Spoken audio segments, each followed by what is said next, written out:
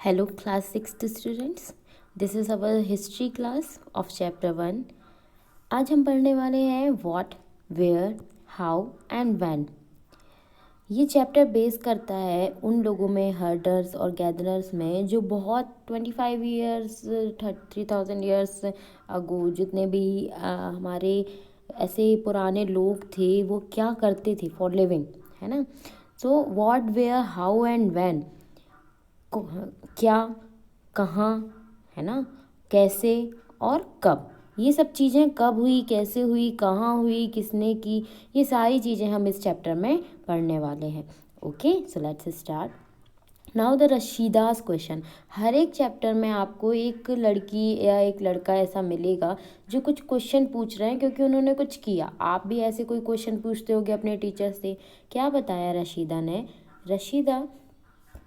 Rashida sat reading the newspaper. Suddenly, her eyes fell on a small headline 100 years ago. How, she wondered, could anyone know what had happened so many years ago? Rashida जब paper पढ़ने बैठी उसने देखा 100 year ago एक headline लिखी हुई थी। अब इसका मतलब क्या है वो उसने सोचा कि ऐसा कैसे हो सकता है, इतना पुरानी चीज़ के बारे में हम कैसे पता लगा सकते हैं 100 ईयर्स अगो, है ना। आपसे अगर कोई 20 ईयर्स पुरानी चीज़ें पूछे तो आपको उसके लिए बहुत सारी इन्वेस्टिगेशन, बहुत सारा ऐसा पेपर वर्क करना पड़ेगा जिससे आप उन चीज़ों को फाइंड आउट कर सको। आप पूरी तरीके से भी उस चीज़ों को नहीं निकाल सकते, है ना। सो रशीदा का यह क्वेश्चन था कि इतने साल पुरानी चीज़ों को हम कैसे पता लगाएंगे, that what will happening in that time और दैट एरिया, कि वहाँ पे क्या हो रहा था, है ना, एक मतलब 100 ईयर्स पहले। ठीक है, तो ये सारी चीज़ें कैसे हमने पता लगाई, हमारे जो जितने भी आर्कियोलॉजिस्ट थे और जितने भी पुराने ऐसे हिस्टोरियंस थे उन्होंने ये सारी चीज़ें कैसे पता लगाई कि क्या तब की लैंग्वेज क्या थी, तब वो लोग क्या खाते थे, क्या पहनते थे, है ना, क्या कौन से गेम खेलते थे। तो ये सारी चीज़ें जो है हम पढ़ने वाले हैं कि उन्होंने कैसे कैसे चीज़ों को फाइंड आउट किया। ठीक है, तो हम अपने पास्ट के बारे में कैसे जान पाएंगे, है ना। अगर हमें अपने पास्ट के बारे में जानना है तो हमें ये देखना पड़ेगा पहले तो वो लोग क्या खाते थे, कि हमको वहाँ से कोई अगर एविडेंस मिल रहा है उस एरिया से तो हम वहाँ पे देखेंगे क्या खाने के लिए हमको मिल रहा है ना। वहाँ पे लोग जो रहते थे उनका कुछ ना कुछ सामान छूटा होगा, है ना, ऐसा कुछ। सो जो हाउसेस थे, hunters gatherers, priest, craft person, artisans, merchants, musicians and scientist, ऐसे लोग उस टाइम पे रहते थे। ठीक है, मतलब ये बोला गया कि हाँ ऐसे लोग वहाँ पे थे उस टाइम पे। ठीक, और वो क्या पहनते थे, इन सारी चीज़ों को हम पता लगाएंगे, है ना, तब जाके हमें पता चल लगेगा कि वो क्या पहनते थे। ठीक, गेम्स कौन कौन से खेलते थे, ये सारी चीज़ें हम पता करेंगे। अब वो रहते कहाँ थे, रहते कहाँ थे, तो अब हमको यहाँ पे बहुत सारी इन्फॉर्मेशन दी हुई है। ये जो आपके पास एक मतलब बना हुआ है, हमारे पास यहाँ पे एक इंडिया का मैप बना हुआ है। हम यहाँ देख रहे हैं कि हमारे पास बहुत सारी ऐसी रिवर्स हैं और उनकी ट्रिब्यूटरीज़ हैं। ओके, ट्रिब्यूटरीज़ किसको बोलते हैं पहले तो आप ये समझ लो। एक अगर रिवर आ रही है ना, सपोज़ एक रिवर यहाँ से आ रही है तो इस रिवर के बहुत सारी ऐसी रिवर्स होंगी जो उसको हेल्प कर रही होंगी। जैसे यहाँ से हमारी नर्मदा रिवर आई, ठीक है, नर्मदा के साथ यहाँ पे उसने एक रिवर ने और इसको हेल्प कर दी, एक रिवर ने और हेल्प कर दी, एक रिवर ने और हेल्प कर दी, यहाँ से भी एक रिवर ने हेल्प कर दी कि तुम अच्छे से फ्लो हो और तुम थोड़ी और बड़ी होती जाओ। ठीक है, तो ये जितनी भी रिवर्स हैं, दोज रिवर्स, यहाँ पे जितनी भी रिवर्स हैं ये सब की सब क्या कहलाएंगी, ये सारी ट्रिब्यूटरीज़ हैं। क्या है ये? ट्रिब्यूटरीज़। ठीक है, तो ये होता है रिवर्स में। ठीक है, कि रिवर्स क्या है, मेन रिवर और उनकी ट्रिब्यूटरीज। ओके, तो अब हम देखने वाले हैं यहाँ पे कि जो हमारे पास मैप दिया हुआ है इस मैप में बहुत सारी इन्फॉर्मेशन है। ठीक है, हम ये पता लगाएंगे जो हंटर और गैदरर्स हैं वो कहाँ पे रहते थे, क्या करते थे, हर एक एरिया का अपने अपनी चीज़ें डिसाइडेड है। सबसे पहले हम जाएंगे नर्मदा रिवर के पास। नर्मदा रिवर के लिए बताया गया है कि नर्मदा रिवर जो थे इसके आसपास ऐसे बहुत सारे गैदरर्स थे। बहुत सारे गैदरर्स मतलब जो बहुत सारे सामान इकट्ठा करते हैं, गैदरिंग करते हैं ना, मतलब जब इकट्ठे होते हैं हम बोलते हैं ना गैदर हो रहे हैं हम इकट्ठे होके, गैदरिंग हो रही है किसी भी एक फंक्शन के लिए, इवेंट के लिए, सेम थिंग। सो अगर गैदरिंग हो रही है यानी कि यहाँ पे गैदरर्स जो थे वो फ्रूट्स, है ना, फ्रूट्स, वेजिटेबल्स, ये सारी चीज़ें क्या करते थे, इकट्ठे करते थे, है ना, ये सारी चीज़ें इकट्ठे करके वो अपनी जगह पे रख लेते थे। तो इससे हमको वहाँ पे कुछ मिले होंगे एविडेंस, तभी तो हमको पता चला कि वहाँ पे हमारे जितने भी हंटर और गैदरर्स थे ये सारे के सारे यहाँ पे ये चीज़ें इकट्ठे करते थे, है ना। तो उनको बहुत सारे प्लांट्स और आसपास के जो फॉरेस्ट थे और वहाँ की जितनी रूट्स थी, वहाँ पे जितने फ्रूट्स थे, वहाँ पे फॉरेस्ट के जितने भी प्रोडक्ट्स थे, उन सारी चीज़ों के बारे में बहुत अच्छे से एक्सपीरियंस हो चुका था, है ना। तो ये जो नर्मदा रिवर है ये हमारे एमपी की मेन रिवर है ना, हमारे एमपी की मेन रिवर होने के कारण ये जो नर्मदा रिवर है यहाँ पे आसपास बहुत सारे ऐसे एविडेंस मिले जिससे पता चला कि यहाँ पे कौन रहते थे, गैदरर्स रहते थे। ऑलराइट, इसके बाद हम आते हैं हमारे सुलेमान और किरथार हिल्स में, जो नॉर्थ वेस्ट में है। नॉर्थ वेस्ट में मतलब कि यहाँ पे, ठीक है। ये हमारा जो काबुल और सुलेमान हिल्स हैं यहाँ पे, ठीक है। यहाँ पे क्या है, Sulaiman and Kirthar hills in the north west direction. बोला जाता है कि यहाँ पे सबसे पहले क्रॉप्स को प्रोडक्शन चालू किया था। यहाँ की जो वुमेन्स थी और मैंस थे, इन्होंने सबसे पहले यहाँ पे क्रॉप का प्रोडक्शन चालू किया, जिसमें कौन कौन से क्रॉप्स आते थे, वीट, बार्ले, है ना। और ये चीज़ें कब एक्सपीरियंस की गई, 8000 ईयर्स पहले की। मतलब ये जो वीट और बार्ले का प्रोडक्शन होता था इस काबुल और सुलेमान हिल्स के आसपास, ये 8000 ईयर्स पहले की बात बताई जा रही है कि 8000 ईयर्स पहले, यानी कि जो एविडेंस मिले होंगे आर्कियोलॉजिस्ट को, उसमें क्या दिख रहा होगा कि ये जो मतलब एविडेंस है ये बहुत पुराने हैं, है ना। तो उन्होंने उस चीज़ की डेट क्या निकाली, 8000 ईयर्स पहले की, ठीक है। तो यहाँ पे क्या था, यहाँ पे फर्स्ट टाइम क्रॉप प्रोडक्शन चालू किया, यानी कि एग्रीकल्चर जहाँ से शुरू होती है, काबुल और सुलेमान हिल्स जो है, जो अभी पाकिस्तान एरिया, अफ़गानिस्तान एरिया में आता है, तो इस एरिया में सबसे पहले यहाँ पे बार्ले और वीट उगाना शुरू किया था। उसके बाद अगर उन्होंने प्लांट प्रोडक्शन चालू किया होगा तो उनके पास एनिमल्स भी होंगे, शीप, गोट, कैटल। तो इस विलेजेस, ये जो विलेजेस थे यहाँ के 8000 ईयर्स पहले, यहाँ पे एनिमल्स और शीप, एनिमल्स में शीप, कैटल और ऐसे गोट, ऐसे बहुत सारे उन्होंने हाउस होल्ड एनिमल्स रखे हुए थे, ठीक है। इसके बाद बात कर रहे हैं हम गारो हिल्स, जो नॉर्थ ईस्ट में है। नॉर्थ ईस्ट यानी कि हमारा यहाँ पे गारो हिल्स। गारो हिल्स जो है यहाँ पे भी, यहाँ पे देखो सबसे पहले तो हम एक चीज़ बताएं आपको कि ये जो एरिया है यहाँ पे बहुत बारिश होती है ना। ये पूरा रेनी एरिया है जहाँ पे बहुत ज़्यादा बारिश होती है, ठीक है। तो ये जो गारो खासी जयंतिया, यहाँ पे 3 ऐसी हिल्स है जहाँ पे इकट्ठा होके पानी मेघालय में बहुत गिरता है, ठीक है। तो जो नॉर्थ ईस्ट डायरेक्शन में गारो हिल्स है और जो विंध्या हिल्स हैं, जो मिड में हमारा जो एमपी है, वहाँ पे जो विंध्यन हिल्स है जो सेंट्रल इंडिया में आता है, यहाँ पे देखो आपको विंध्यन हिल्स भी दिख रहा होगा, ये गारो हिल्स है। तो ये जो पूरा एरिया है ना, इस एरिया के बारे में बता रहे हैं। यहाँ पे राइस का प्रोडक्शन शुरू किया गया। यहाँ का जो विंध्यन हिल्स है, विंध्यन हिल्स का जो नॉर्थ वाला पार्ट है, यहाँ पे राइस का प्रोडक्शन सबसे पहले चालू किया गया, ठीक है। उसके बाद हम आते हैं हमारे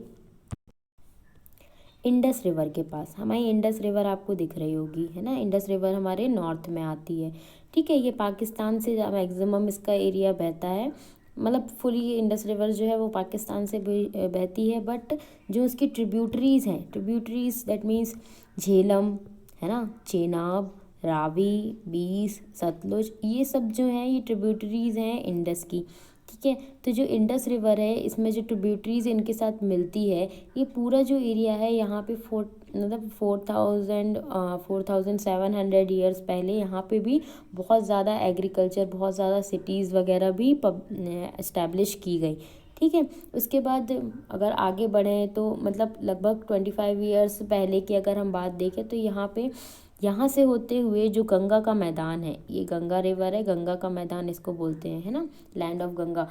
तो इस ये जो जगह है, यहाँ पे बड़े बड़े जो जिनको बोला जाए कि बहुत बड़ी बड़ी जो रियासतें हैं, किंगडम्स हैं, लार्ज किंगडम्स जो है वो यहाँ पे लगाए गए। तो यहाँ पे जो हमारा यूपी और बिहार का हिस्सा है, यहाँ पे जो गंगा रिवर है, गंगा रिवर का जो मैदान है, पूरा जो प्लेन है ना, लैंड एरिया है जितना भी प्लेन का, वहाँ पे मगध एक साम्राज्य था, एक किंगडम था जो वहाँ पे इस्टेब्लिश हुआ। और इस्टेब्लिश होके उसने बहुत सारी टेरिटरीज़ को अपने अंडर पे किया, है ना। मगध एक किंगडम था जो यहाँ पे इस्टेब्लिश हुआ, है ना। मगध के बारे में आपने सुना होगा, जहाँ पे अशोका था, है ना, एक किंग था, बहुत बड़े बड़े किंग वहाँ पे हुए हैं, ठीक है। तो ऐसे ही अगर छोटी छोटी जगहों को हम फाइंड आउट करें तो हमारे पूरे चैप्टर में ऐसी हमको चीज़ें मिलेंगी, कुछ एविडेंस मिलेंगे कि कोई एक एरिया जहाँ पे हमने देखा कि वहाँ पे अगर हमारे पास कोई एरिया है, वहाँ पे अगर रिवर है, लैंड एरिया है, अच्छा एग्रीकल्चर हो रहा है, तो ऐसे 3 से 4 चीज़ें जो ज़रूरी होती हैं लिविंग के लिए, अगर वो सारी चीज़ें अवेलेबल हैं तो वो वहाँ पे एक ह्यूमन बीइंग सरवाइव कर सकता है। अगर एक ह्यूमन बीइंग वहाँ पे सरवाइव कर सकता है तो वो वहाँ पे बिल्कुल रहेगा।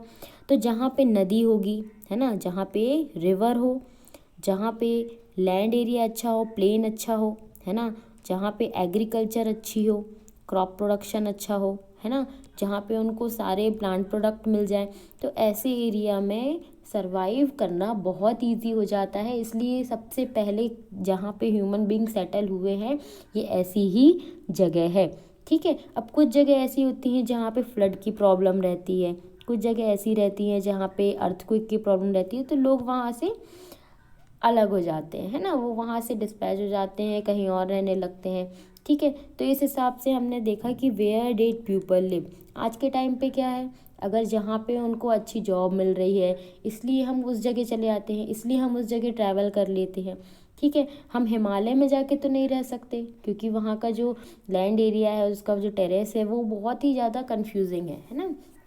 तो हम ऐसी जगह पे रहेंगे जहाँ पे हमको सारी फैसिलिटीज़ मिले, ठीक है। जैसे आज के टाइम पे हमको जहाँ फैसिलिटीज़ मिलती है हम वहीं रहते हैं, ठीक। Okay, so names of the land. अब नेम्स ऑफ द लैंड यानी कि चलो ठीक है, हमने देख लिया कि लोग रहते थे। अब ये हमको मालूम होना चाहिए कि वो जो जहाँ पे रहते थे वो जगह का नाम कैसे पड़ा, है ना, वहाँ का नाम किसने रखा, हु नेम्ड दैम, ठीक है। तो हमारा जो इंडिया है, इंडिया एक तरीके से जिसको हम भारत भूमि भी बोलते हैं, इसका नाम कैसे पड़ा। तो अगर हम इस एटलस को देखें, इस एटलस में Iran, Saudi Arabia, China, Afghanistan, Pakistan, तो इस साइड थोड़े अलग लोग हैं, इस साइड थोड़े अलग लोग हैं, ठीक है। जब ईरान और ग्रीस जो है, ईरान यहाँ पे जो है पड़ रहा है और इसके आगे जो ग्रीस है, यहाँ से जब लोगों ने आना शुरू किया तो यहाँ पे उनको सबसे पहले कौन सी रिवर मिलती होगी, इंडस, है ना। इंडस के आगे आने के बाद उनको क्या मिलता होगा, इंडिया। तो उन्होंने तब इंडिया नाम नहीं था, है ना। तो जब वो 2500 ईयर्स पहले जब आए तो उन्होंने देखा कि हाँ इंडस रिवर यहाँ पे है। तो इंडस रिवर जो है इसके आगे का एरिया हमने क्या बोल दिया, हिंदूस। उन्होंने बोला इंडस है तो हिंडोस बोल देते हैं, ठीक है, या फिर इंडोस बोल देते हैं, हिंडोस या इंडोस बोल के नाम वो बुलाते थे इस एरिया को। तो इंडोस और हिंदोस बोलने के कारण जो नाम है उनका जब हम प्रोनाउंसिएशन करते हैं तो वो धीरे धीरे चेंजेस लेके आता है। इस वजह से क्या हुआ, हमारा जो इंडोस और हिंडोस है या फिर इंडोस या हिंडोस है, ये धीरे धीरे बन के क्या हो गया, इंडिया बन गया, ठीक है। तो इसी तरीके से जो इंडस रिवर है उसके कारण जो ईरान और इस साइड से आने वाले जितने भी लोग थे नॉर्थ वेस्ट से, यहाँ के लोगों ने हमारे हिंदुस्तान का नाम रखा, है ना, इंडोस या हिंडोस, है ना, हिंदू। तो इसी तरीके से ये जो रिवर है इसी कारण हमारे देश का नाम पड़ा। ऐसे ही ऐसी बहुत सारी ऐसी कंट्रीज़ होंगी जिनका नाम उनके आसपास की कोई जगह के कारण रखा होगा, ठीक है। अब एक नाम और जो हमारे इंडिया का है वो है भारत, है ना। अब ये भारत कैसे रखा, नॉर्थ वेस्ट में रहने वाले जो लोग थे, जो नॉर्थ वेस्ट में रहते थे, उनको पहले भारत बुलाते थे, है ना, मतलब उन लोगों को ही क्या बोलते थे, भारत। तो धीरे धीरे क्या हुआ, जो पूरा लैंड एरिया है इंडिया का उसको भी भारत बोलने लगे। तो एक तरीके से क्या है, हमारे जो देश में रहने वाले ग्रुप ऑफ पीपल्स हैं इनका ही नाम क्या है, भारत, और इसका नेम क्या दिया जाता है, इंडिया। ठीक है, ये चीज़ समझ में आई कैसे हमारे लैंड्स का नाम रखा गया। ओके, नाउ अब हम इस चीज़ में आते हैं कि सारी चीज़ें अगर हमने फाइंड आउट करी हैं तो ये हमें कहीं ना कुछ लिखा हुआ तो मिलेगा। ठीक है, तो हमको मैन्यूस्क्रिप्ट्स और इंस्क्रिप्शंस मिले जिसमें बहुत सारी ऐसी डिटेल लिखी हुई थी जो अलग लैंग्वेज में तो थी बट उसको समझना बहुत ज़रूरी था। तो जो लैंग्वेजेस थी उनको कन्वर्ट किया गया। ये समझ में आया कि कहीं पे प्राकृत में लिखा हुआ है, कहीं पे संस्कृत में लिखा गया है। ठीक है, तो ये सारी लैंग्वेजेस हैं जिनसे ये मैन्यूस्क्रिप्ट्स और इंस्क्रिप्शंस रखे हैं। अब ये मैन्यूस्क्रिप्ट्स और इंस्क्रिप्शंस होते क्या हैं? These are several ways of finding out about the past. One is to search for and read books that were written long ago. ये ऐसी बुक्स होती थी जो बहुत पुराने टाइम पे लिखी हुई थी। These are called manuscripts because they were written by hand, है ना। ये क्या कहलाती थी, मैन्यूस्क्रिप्ट, क्योंकि ये हाथों से लिखी जाती थी। एक तरीके से स्क्रिप्ट यानी कि कुछ लिखा हुआ पेपर, है ना, पेपर में कुछ स्क्रिप्ट लिखी हुई, और मैन्यू मतलब कि इंसान, है ना, इंसानों द्वारा जो लिखा हुआ स्क्रिप्ट है वही क्या कहलाता है, manuscript. So these were usually written on palm leaf और on a specially prepared bark of tree. ये किस में लिखा जाता था, या तो पाम लीफ में लिखा जाता था, ठीक है, या फिर स्पेशली एक तरीके से पेपर बनाया जाता था जो बार्क ऑफ ट्री से निकलता था, है ना, ट्री की जो बार्क से निकलता था जिसको हम बिर्च बोलते हैं, है ना, छाल निकालना। कुछ ट्रीज ऐसे रहते थे जिनकी जो छाल रहती थी वो बहुत अच्छे से, अगर उसको प्लेन तरीके से रख दिया जाए तो वो एक तरीके से पेपर का काम करती थी। फिर उसमें इंक के हेल्प से हम उसमें कुछ भी लिख सकते थे। तो ये हिमालयाज़ में ग्रो होते थे ये जो बिर्च रहते थे, तो इनको यहाँ से लाके मैन्यूस्क्रिप्ट बनाई जाती थी। ये इस तरीके से दिखाई देती थी। ठीक है, तो ये मैन्यूस्क्रिप्ट्स यानी कि पुराने ऐसी एविडेंस की बुक्स होती थी जिनसे हमको पुरानी चीज़ों के बारे में पता चले। अब कुछ जो ऐसे मैन्यूस्क्रिप्ट्स थी उनको इंसेक्ट ने खा लिए। अब भाई वो ऑर्गेनिक चीज़ है तो इंसेक्ट तो उसको लेंगे ही। कुछ डिस्ट्रॉय हो गई, कुछ टूट गई, कोई ने किसी ने उस चीज़ को डिस्ट्रॉय कर दिया, किसी ने उसको चुरा लिया। तो इस तरीके से कुछ ऐसे इंस्क्रिप्शंस, कुछ ऐसे मैन्यूस्क्रिप्ट्स थी जो गायब हो गई, जो हमको कभी भी नहीं मिली, है ना। कुछ टेम्पल्स में प्रिजर्व करके रख दी गई जिनको कभी भी नहीं दिया जाता था। ठीक है, तो इस टाइप की जो बुक्स रहती थी इनमें रिलीजियस चीज़ें लिखी जाती थी, साइंस से बेस्ड चीज़ें लिखी जाती थी, मेडिसिन से बेस्ड चीज़ें लिखी जाती थी, जैसे आजकल की बुक्स में होता है। जो किंग रहते थे वो अपनी कुछ अच्छी चीज़ें, कुछ बुरी चीज़ें, अपने बारे में कुछ चीज़ें लिख के और उन मैन्यूस्क्रिप्ट्स में रख दिए जाते थे। ठीक है, इसके अलावा उनमें पोएम्स या फिर बड़ी बड़ी कथाएं जो रहती थी वो भी लिखी जाती थी। ठीक है, ज़्यादातर ये संस्कृत या प्राकृत में ही लिखी जाती थी। ठीक है, नाउ अगर बात करें हम इंस्क्रिप्शंस की, तो इंस्क्रिप्शंस एक तरीके से हार्ड सरफेस या फिर किसी स्टोन या मेटल में लिखे जाते थे। हमने अशोका पिलर्स देखे होंगे। अशोक के जो पिलर्स हैं, ठीक है, मतलब अगर आप कभी सांची स्तूप देखने जाएं तो आप वहाँ पे देखेंगे कि लोहे के पिलर्स बने हुए हैं और उनमें बहुत सारी चीज़ें लिखी हुई हैं। ठीक है, ये भी चीज़ें जो है एक तरीके से क्या है, पुरानी ऐसी चीज़ें जिनके बारे में हमको किंग या क्वीन के बारे में पता चलता है या उनके टाइम की जो पॉलिसीज़ रहती थी उनके बारे में पता चलता था। तो इस तरीके से स्टोन के पार्ट में उसको लिखते थे, बट ये बहुत कठिन होता था क्योंकि ये हार्ड सरफेस में लिखा जाता था। ठीक है, ज़्यादातर इसमें किंग या क्वीन के बारे में ही लिखा जाता था। ठीक है, तो आर्कियोलॉजिस्ट जो थे वो उन्होंने ये सारी चीज़ें ढूंढी और इनसे क्या निकाले, मतलब क्या लिखा हुआ है उस चीज़ को कन्वर्ट करके इन सब चीज़ों के बारे में सब कुछ इकट्ठा किया, और ये सारे हिस्टोरियंस ने इन चीज़ों को इकट्ठा करके हमको ये चीज़ें बताएं कि हिस्ट्री में क्या क्या हुआ, है ना, 4000 ईयर पहले क्या हुआ, 3000 ईयर पहले क्या हुआ। ये सारी चीज़ें हमको पता लगती हैं मैन्यूस्क्रिप्ट और इंस्क्रिप्शंस और जितने एविडेंस हमको मिलते हैं, है ना, पुरानी इकट्ठी, कहीं पे किसी ने कोई चीज़ इकट्ठी कर दी, जैसे किसी ने पॉट में भर के कुछ बहुत टाइम के लिए रख दिया, फिर वो भूल गया, फिर हमको वो कई सालों बाद मिली। जैसे आप कभी कभी चाबी नहीं रख देते हो, चाबी हमने रख दी कहीं पे या फिर गड्ढा करके कोई अपनी अच्छी वाली चीज़ छुपा दी, कभी कभार आप भूल जाते हो, फिर एकदम से ध्यान आता है वहाँ पे गड्ढा खोद के देखते हो तो आपको वो चीज़ मिल जाती है। ठीक है। सो इसी तरीके से आर्कियोलॉजिस्ट भी काम करते हैं।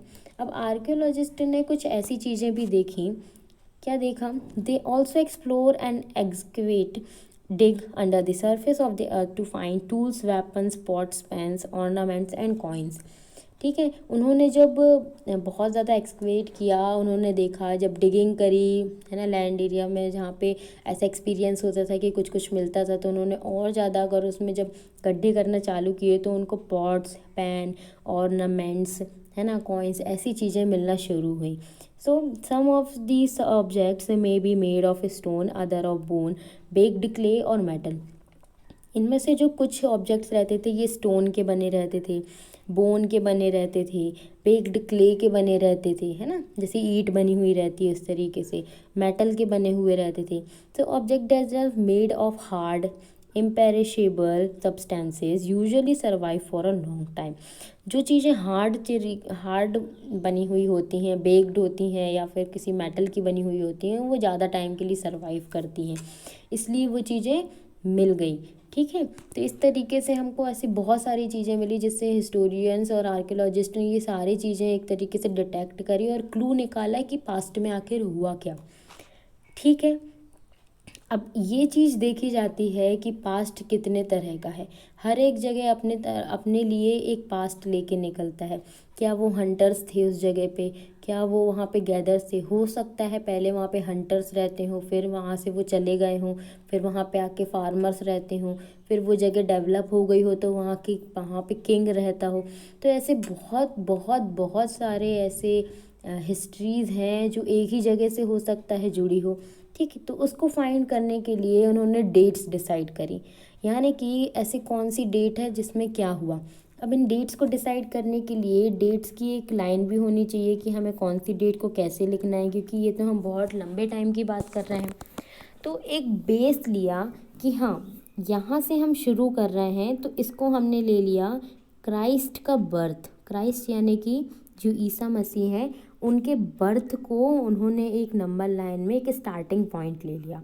स्टार्टिंग पॉइंट लेने से क्या फ़ायदा हुआ कि अगर वो स्टार्टिंग पॉइंट से आगे जाते हैं, यानी कि जब ईसा मसीह का जन्म हुआ, क्राइस्ट की बर्थ हुई, तो उसके आगे जाने पे वो हर डेट के आगे क्या लगाएंगे, आफ्टर बर्थ ऑफ क्राइस्ट, यानी कि एसी लगाएंगे, सॉरी एडी लगाएंगे। ठीक है। और अगर उसके पहले जाते हैं, यानी कि अगर वो बिफोर क्राइस्ट जाते हैं, ठीक है, तो वो बीडी लगाएंगे, सॉरी बीसी, बिफोर क्राइस्ट। ठीक है। तो बीसी और एडी, मतलब आगे जाएंगे तो एडी और पीछे जाएंगे तो बीसी। तो ये तरीका था कि हम अपनी डेट्स को कैसे लिखें। ठीक है। तो 8 अगस्त 2020 अगर हम लिखते हैं तो ये क्राइस्ट के बर्थ के पहले की डेट है कि बाद की, फाइनली बाद की ही होगी, है ना। ये अगर हम बाद की डेट ले रहे हैं तो ये बाद की ही डेट होगी। सो जब जीसस का बर्थ हुआ उसको हमने अगर स्टार्टिंग पॉइंट मान के उसके पहले की चीज़ों को बिफोर क्राइस्ट यानी कि बीसी लिखा और उसके आगे की डेट्स को हमने एडी लिखा। तो अगर हम 8 अगस्त 2020 लिखते तो हम इसको एडी भी लिख सकते हैं, राइट। तो अगर हम आगे जाते हैं तो हम नंबर्स को तो बढ़ाएंगे, अगर हम पीछे जाते हैं तो भी हम नंबर्स को बढ़ाएंगे। ठीक है। तो इस तरीके से जो लेटर बीसी था इस चीज़ को भी बताया गया कि ये क्या है। ठीक है। तो बिफोर क्राइस्ट तो हमें समझ में आ गया, अगर हम यहाँ से 0 से स्टार्ट कर रहे हैं, ये 1 है, ये 2 है, ये 3 है, तो यहाँ पे भी क्या होगा, ये 1 होगा, 2 होगा, 3 होगा, राइट। तो ये 1 2 3 1 2 3 लेफ्ट और राइट साइड तो दोनों साइड आ रहा है। इफ़ अगर हम बात कर रहे हैं 2020 BC और 315 BC, तो 2020 BC पुरानी चीज़ हो जाएगी और 315 BC आगे की डेट होगी, है ना, अगर दोनों में हम कंपेयर करें तो। ठीक है। तो ये लेकिन बिफोर क्राइस्ट होगा। ओके। सो लेटर्स यूज़ करने का मतलब क्या हुआ, जिससे हम हमारी डेट्स को अच्छे तरीके से आइडेंटिफाई कर सकें और इसको हर कोई समझ सके। ठीक है। तो ये हिस्टोरियंस ने इन डेट्स का यूज़ किया। अब क्या बताया, letters with dates. BC we have seen stand for before Christ. You will sometimes find AD before dates. This stand for two Latin words Anno Domini, meaning in the year of the Lord. यानी कि एनो Duminy क्यों बताया गया कि year of the Lord बताया गया है। एनो Duminy का मतलब होता है in the year of the lord, that means Christ. So 2012 can also be written as AD 2012, है ना। अगर 2012 को अगर हम बोलें तो AD यानी कि आफ्टर, मतलब इन द ईयर ऑफ लॉर्ड मतलब क्या बोल सकते हैं, लॉर्ड का जन्म हुआ उसके बाद उन्होंने अपना एक्सपीरियंस सबके ऊपर दिया, ठीक है। तो इसके बाद ये जो पूरा डेट्स होंगी वो लॉर्ड की होंगी, तो इसलिए एनो डोमिनी का मतलब होता है in the year of the Lord, यानी कि अभी क्राइस्ट का समय चल रहा है, तो 2012 को हम 2012 AD भी बोल सकते हैं, right. So sometimes CE is use instead of AD की जगह कभी कभी CE भी यूज़ किया जाता था, या फिर BCE ही भी यूज़ किया जाता था इंस्टेड ऑफ BC। सो ये भी लेटर्स का ही काम है। The letter CE stand for common era and BCE for before common era, है ना। जो अभी चल रहा है वो कॉमन एरा है और उसके पहले जो था वो उसके बिफोर कॉमन एरा था। ऑल राइट, तो इस तरीके से वर्ड्स का यूज़ किया जाता था डेट्स के लिए। अब कुछ ऐसे इंस्क्रिप्शंस और मैन्यूस्क्रिप्ट्स मिले जिनमें लैंग्वेज का यूज़ नहीं करके कुछ ऐसे सिंबॉलिक स्ट्रक्चर बनाए जाते थे, ठीक है। अब ये जो सिंबॉलिक स्ट्रक्चर्स थे इनको अगर डिकोड करा है हम लोगों ने, हिस्टोरियंस ने डिकोड किया, तो ये PTO किसी भी चीज़ को अलग अलग नाम दिया। जैसे यहाँ पे अगर हमने देखा एक स्क्वायर बना है, फिर एक सेमी सर्कल बना हुआ है, फिर एक छोटा सा एक लटकने वाली कोई घंटी जैसी बनी है, तो यहाँ पे ऊपर अगर घंटी को O नाम दिया है तो नीचे वाले को भी O नाम दे दिया, स्क्वायर को P नाम दिया है तो यहाँ पे भी स्क्वायर को। तो इस तरीके से डिकोड करने से चीज़ों को मतलब डिकोड करने की हेल्प मिल जाती है ना। आप इसको इकट्ठा करके लिखो और फिर दूसरे को भी वैसे ही बनाओ, तो इससे क्या होगा, हमारी लैंग्वेज जो है वो अच्छी हो जाएगी। ऑलराइट, तो ऐसे ही हिस्टोरियंस ने अपना काम शुरू किया और बताया कि कहाँ पे कौन रहता था, कहाँ पे कौन सी चीज़ होती थी, हंटर गैदरर्स कौन थे, कौन रहता था गंगा के मैदान में, किसने अपना किंगडम जमाया, कौन कौन सी डेट में रहता था। तो ये सारी चीज़ें हमें इसमें पढ़ने को मिलती है, ठीक है। कुछ इम्पॉर्टेंट डेट्स ये हैं। The beginning of agriculture, agriculture की शुरुआत कब हुई, 8000 ईयर्स पहले, ठीक है। फर्स्ट सिटीज़ जो थी वो इंडस की सिटीज़ थी। कौन सी सिटीज़ थी फर्स्ट सिटीज़, इंडस की सिटीज़ थी, जो 4700 ईयर्स पहले आई थी।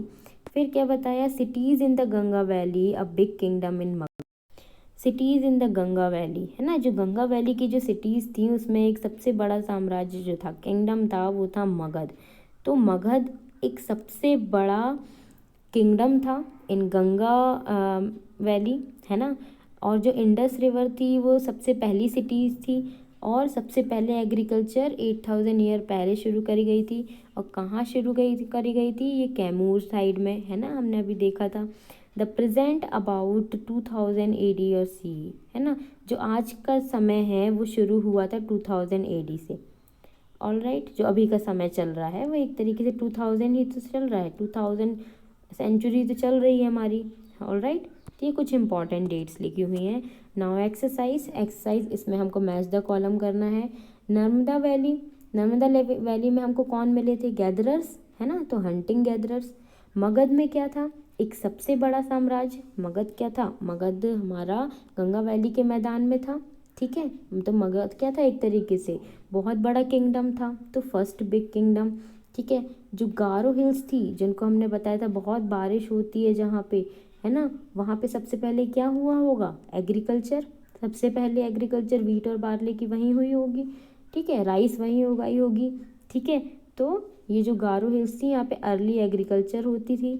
Indus and its tributaries, Indus और ये जो ट्रिब्यूटरीज थी यहाँ पे 2500 ईयर्स पहले ही सिटीज़ बना ली गई थी। तो इंडस एक तरीके से क्या था, सिटीज़ के बारे में। सिटीज़ यानी कि यहाँ पे हमको मिलेंगे कौन, जो हमने सिंधु घाटी सभ्यता पढ़ी है, इंडस सिविलाइजेशन, ये हमको मिलती है इंडस एंड इट्स ट्रिब्यूटरीज के पास। Cities about 2500 years ago. And Ganga valley जो है वो फर्स्ट सिटीज़ है हमारी, ओके। सो ये हमारा हो गया मैच द फॉलोइंग। इसके बाद list one major difference between manuscript and inscription. Manuscript और इंस्क्रिप्शन में हमको एक डिफरेंस बताना है, मेजर जो हमारा डिफरेंस है वो। तो क्या होगा, they were written by hand, manuscripts हाथ से लिखी जाती थी, बट जो इंस्क्रिप्शंस थे, ठीक है, हैंड से लिखी जाती थी, but written in palm leaf और स्पेशली बिर्च में, है ना। तो ये दोनों चीज़ों में लिखी जाती थी, बट ये हार्ड सरफेसेस में लिखी जाती थी, स्टोन्स या मेटल्स से खोद खोद के लिखी जाती थी, हाथ से नहीं लिख सकते थे इसको, ठीक है। Now third question, return to Rashida's question, can you think of some answer to it. Rashida का क्वेश्चन क्या था कि how anyone can know what has happened 100 years ago। रशीदा का क्वेश्चन ये था कि कैसे कोई पता लगा सकता है 1000 साल या 100 years पहले क्या हुआ। तो हमने कैसे कैसे पता लगाया, by reading the books written in the past, है ना, जिनको हम मैन्युस्क्रिप्ट या इंस्क्रिप्शन बोलते थे, by manuscript, by inscriptions, by tools and weapons, by evidences. Okay. Now question 4. Make a list of all the objects that archaeologists may find. Which of these could be made of stone। Archaeologist ने जिन जिन चीज़ों को find out किया है उनमें से कौन कौन सी चीज़ें स्टोन से बनी हुई थी। तो कौन कौन सी चीज़ें फाइंड आउट करी, पहले तो ये लिख दो, potteries, statues, ornaments, tools, skeletons, toys and clothes, ये सारी चीज़ें फाइंड आउट करी। अब इनमें से देखो कौन कौन सी चीज़ें स्टोन की बनी हुई है, potteries, statues and ornaments are okay. Now why do you think ordinary men and women did not generally keep records of what they did। ज़्यादातर रिकॉर्ड हमको किसका मिला, किंग या क्वीन का, ठीक है। तो ऑर्डिनरी मैन या वुमेन क्यों अपना रिकॉर्ड नहीं रखते थे, वो अपना रिकॉर्ड इसलिए नहीं रख पाते थे क्योंकि उस समय की जो उनकी लाइफ थी वो बहुत ही डिफ़िकल्ट थी, है ना। वो बहुत मुश्किल से एग्रीकल्चर कर पा रहे थे, बहुत मुश्किल से अपना खाना इकट्ठा कर पा रहे थे, उनको कैसा टाइम मिलता कि ये सारी चीज़ें भी करें, ठीक है। सो इनके पास ना ही इनफ टाइम था, है ना, कि वो अपनी चीज़ों को रिकॉर्ड करें, और ना ही उनकी लाइफ इतनी ईजी थी, बहुत डिफ़िकल्ट लाइफ थी। So their life was very difficult and they have not enough time to record their lifes, ठीक है, इन मैन्युस्क्रिप्ट और इंस्क्रिप्शन। ये सिर्फ किंग या क्वीन ही कर सकते थे। Okay, question number 6, describe at least 2 ways in which you think the life of kings would have been different from those of farmers। King और फार्मर्स की लाइफ में क्या डिफरेंस होता था उस टाइम पे। So farmers they work in a field, वो field में काम करते थे, बट किंग जो था वो फील्ड में वर्क नहीं करता था, है ना। They have to produce their food grains, तो फार्मर्स को अपने फूड ग्रेन्स खुद ही उगाने पड़ते थे, बट किंग सिर्फ अपने सब्जेक्ट्स को प्रोटेक्ट करता था, यानी कि उसको जो जो पावर्स मिली हुई थी उनसे काम करता था। फार्मर्स इनकी लाइफ बहुत डिफ़िकल्ट थी, बट किंग की लाइफ बहुत कंफर्टेबल थी। Alright, question number 7, find out the word craft person on page 1, list at least 5 different craft that you know about today. Are the craft person man, women, both man and women, ठीक है। उसमें क्या लिखा है, जो craft person के बारे में पेज 1 आप देखेंगे अगर अपनी बुक में, उसमें जो दिया हुआ है 5 ऐसे डिफरेंस बताने हैं, 5 ऐसे डिफरेंट क्राफ्ट्स के बारे में बताना है जिनके बारे में आज आप भी जानते हो, ठीक है। तो कौन इसको बनाता था ये भी आप देखो। So working on the basis of scale and giving a new useful form और to sing is called a craftsman, है ना। क्राफ्टमैन किसको बोलते थे, पहले तो हमने ये पता लगा लिया। ऐसे कौन से क्राफ्ट्स हैं जो ट्रेडिशनली क्राफ्ट हैं आज भी यूज़ होते हैं, तो ये पेंटिंग, है ना, निटिंग, जो क्लोथ की निटिंग होती है, कढ़ाई जिसको हम बोलते हैं, आयरन के आइटम्स बनाना, आइडल्स बनाना, ग्लास यूटेंसिल्स बनाना, ये सारी चीज़ें आज भी होती हैं, ठीक है। These craftsman are both man and women, है ना। ये ऐसे क्राफ्टमैन क्या होते थे, मैन और वुमेन दोनों करते थे। Question number 8, what were the subjects on which books were written in the past, which of these would you like to read. ऐसे कौन कौन से सब्जेक्ट्स थे जिन पे पुराने टाइम पे बुक्स लिखी जाती थी, है ना, और इनमें से कौन सी बुक्स आप पढ़ना पसंद करोगे। सो कौन कौन सी टॉपिक्स पे बुक्स लिखी जाती थी, किंग के किंगडम के बारे में, उसकी विक्ट्री के बारे में, उसके कैंपेन्स के बारे में लिखा जाता था, है ना। किंग की लाइफ के बारे में लिखा जाता था, रिलीजन्स के बारे में, रिलीजन्स बिलीफ के बारे में लिखा जाता था, पॉलिटिक्स के बारे में, मेडिसिन्स के बारे में, इन सब चीज़ों के बारे में लिखा जाता था। सो कौन सी चीज़ आप पढ़ना पसंद करोगे ये आप अपने मन से लिख सकते हो, है ना। What would you like to read from these topics. Okay, thank you students.